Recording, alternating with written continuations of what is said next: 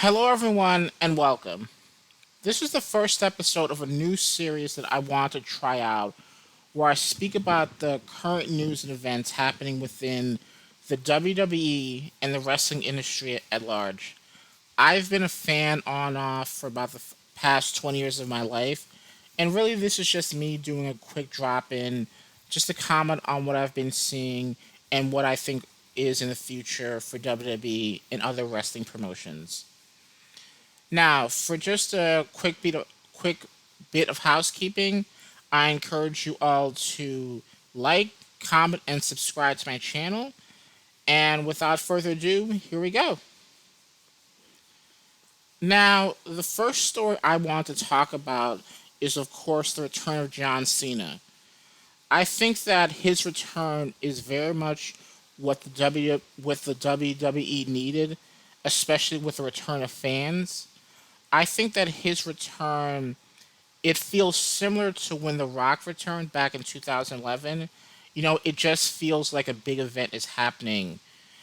And in regards to his upcoming match with Roman Reigns, I think that we're probably in store for a good promotion in match. I think that since returning to SummerSlam last year, Roman Reigns, in my opinion, honestly has just been on fire. I think his evolution to the tribal chief has been great, and I think that a feud with John Cena only enhances him. I think that this is going to work out really well for Reigns, and I also think that I think it's just honestly think it's great that Cena's back. To be honest. All right. Our second story is about Goldberg, and for all the reasons that I just talked about, how I think Cena will be good for Reigns, I feel the opposite for Lashley. To me, I think that he and MVP have worked really well together, and I just don't see how this honestly helps, any of them. But honestly, I think that the booking of Lashley has been off ever since they broke up the Hurt Business. And honestly, like with this feud with Goldberg, it's just that to me, sort of like this is a man who is well past his prime. I think Cena, again, I think that he still has some really good matches left in him, but when it comes to Goldberg, I just don't see it and why they continuously give this man a championship opportunity. I understand that he has many fans within the WWE universe who still love him, who still want to see him, but personally, I just feel as though to me, sort of like if you're gonna bring him back, then do it in sort of like a mid card application. But to just give him a championship match, I just think I'm just not very optimistic about what's gonna happen. All right. Our third story that I want to talk about today is Charlotte Flair, and really the question that I want to ask is,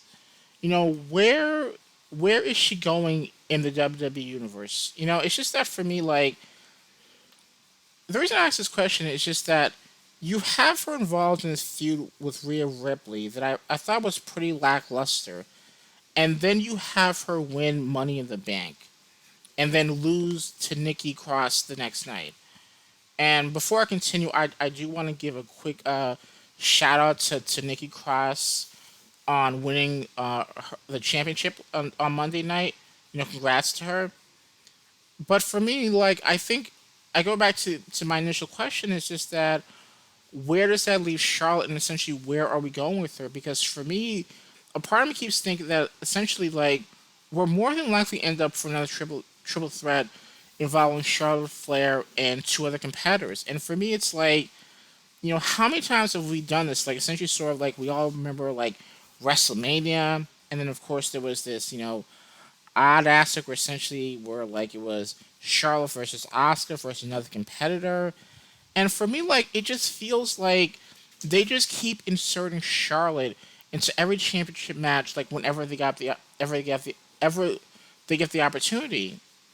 And to prove it, like I decided to just do a quick analysis to see like how many times Charlotte Flair has been in a championship match since premiering Raw back in 2015 2016. All right.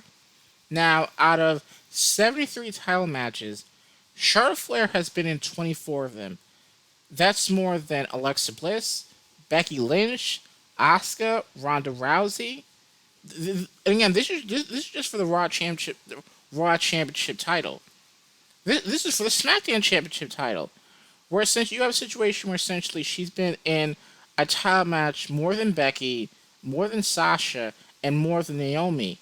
Only Bailey essentially ties her, but it's one of those situations where you have to remember that essentially we're talking about both brands, and by far Charlotte at the end when you combine both numbers, essentially she's been in 1/3 of all the current WWE Women's Raw Championship title matches and the current SmackDown Women's Championship matches.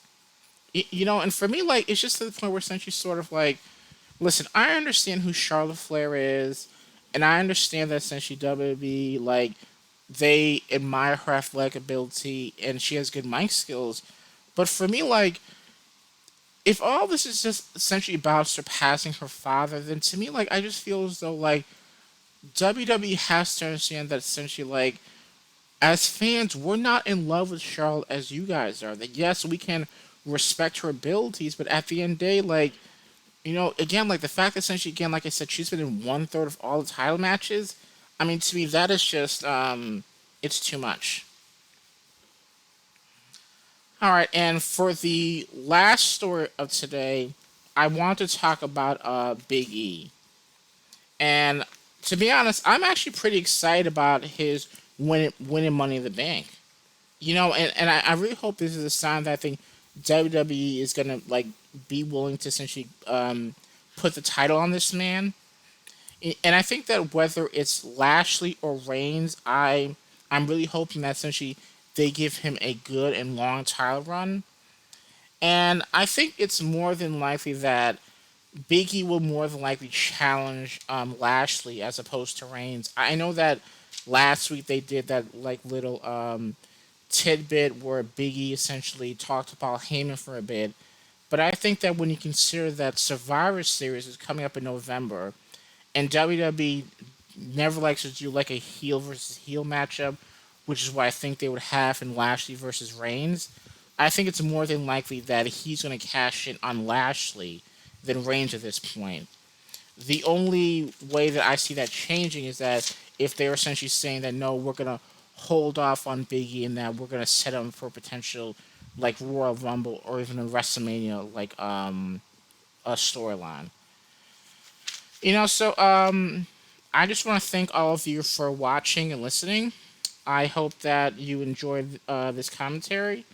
I hope that you all will comment, like, and subscribe, and I will see you next time. Bye.